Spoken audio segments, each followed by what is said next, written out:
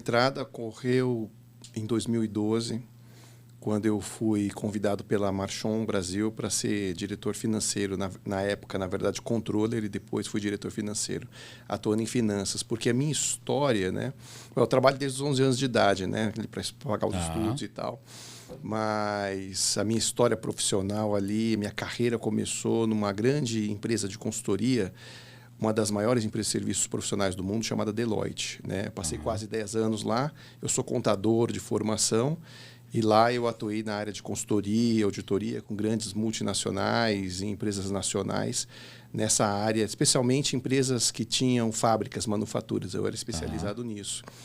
Depois eu saí, eu passei, como eu disse, quase 10 anos lá.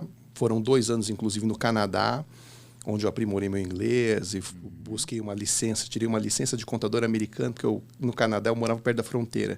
Então eu estudava e a cada 3, 4 meses eu ia aos Estados Unidos, Seattle, fazia uma prova e passei naquele exame e fui licenciado para ser um contador nos Estados Unidos. Posso fazer então imposto de renda lá. Legal, show de bola. Não podia, hoje não posso mais, porque minha licença está expirada.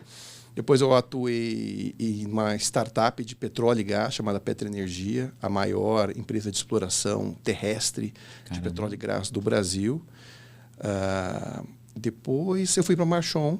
Legal. Fiquei lá também, primeiro período meu nessa área financeira de 2012 a 2016. E aí a gente viveu um período de muito crescimento naquela época. A Marchon deve ter quintuplicado de tamanho. Ô, louco. Honestamente, também não era muito grande, então precisava crescer mesmo para alcançar o patamar que deveria ter no mercado brasileiro. E depois desses 3, 4 anos em que a gente quintuplicou a empresa, muito pujantes, a empresa começou... Eu comecei a ver que não havia desafios para mim naquele momento, fui procurar outras oportunidades e fui convidado por outra empresa americana chamada Waters Technologies, uma empresa de equipamento para a indústria farmacêutica. Você vê que financeiro ele não tem muita fidelidade com o segmento, ele vai para lá, muito diferente, né? E, inclusive, lá nessa empresa, Waters, eu fui para cuidar do departamento financeiro, né? Ser diretor financeiro para a América Latina. Então, a gente tinha operações em Porto Rico, México, Brasil. E eu tinha uma equipe também nos Estados Unidos que cuidava do que a gente chama de consolidação dos relatórios da América Latina. E o plano era eu me mudar para os Estados Unidos. Foi parte do chamariz de eu ir trabalhar lá. Aí, quase às vésperas da eleição... que levou o presidente Bolsonaro para o Planalto, né? E estava aquela ebulição ali, parecia que o Brasil ia implodir, né? Eu com visto, para mim, para minha família, já preparando a mudança para os Estados Unidos, a Marchon me chamou para ser o novo diretor-geral, CEO da empresa no Brasil. Legal. Né? E eu, eu te confesso que na época eu não fiquei muito motivado. Não. Falei, não, setor ótico é muito difícil. Tudo pronto para ir embora, principalmente? Tudo pronto para ir embora. Esse setor é muito brigado, é muito difícil, a concorrência. Imagina, eu sou contador, eu fui financeiro a minha vida inteira. Lógico que assim, minha experiência na empresa de consultoria, eu fazia muitos negócios, eu vendia projetos, não era leigo em negociações e atividades comerciais, né? Mas, é difícil. Eu fui para a entrevista, depois de muita insistência, eu fui conhecer lá o senior vice-presidente, vice-presidente sênior das Américas, meu chefe até hoje, o Andy. O inglês parece o James Bond, cara, elegante. Parece o James Bond do Pierce Brosnan. Lembra do Pierce Brosnan? Elegante. Sim. Né? Eu já de tiozão igual o Pierce Brosnan também. Ainda bem que ele fala inglês, ele não vai nos ouvir. E aí, cara, conversando com ele, e aí ele me falou, como é que você vai fazer a empresa crescer e as marcas bombarem? Aí eu, tem que responder essa pergunta, né, cara? Eu falei, cara, vou focar em contar o valor das marcas, as histórias, ajudar o cliente a vender melhor, falar sobre técnicas consultivas de vendas, eu fui consultor e tal.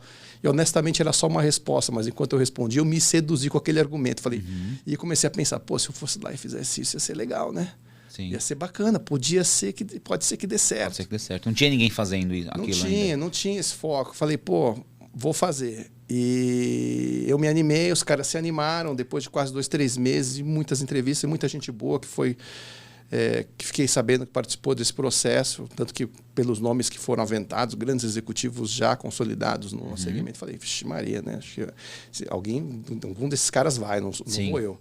Mas os caras me fizeram uma proposta e eu tive que tomar a dura decisão entre me mudar para os Estados Unidos num momento bem oportuno, né? Bem oportuno, sim. E ficar e fazer isso. Mas, honestamente, eu tinha o sonho de ser CEO, né? Sim. Eu tinha muita vontade. Até num outro podcast que eu fiz, eu contei uma história, né? De quando eu era criança, eu tinha 11 anos de idade.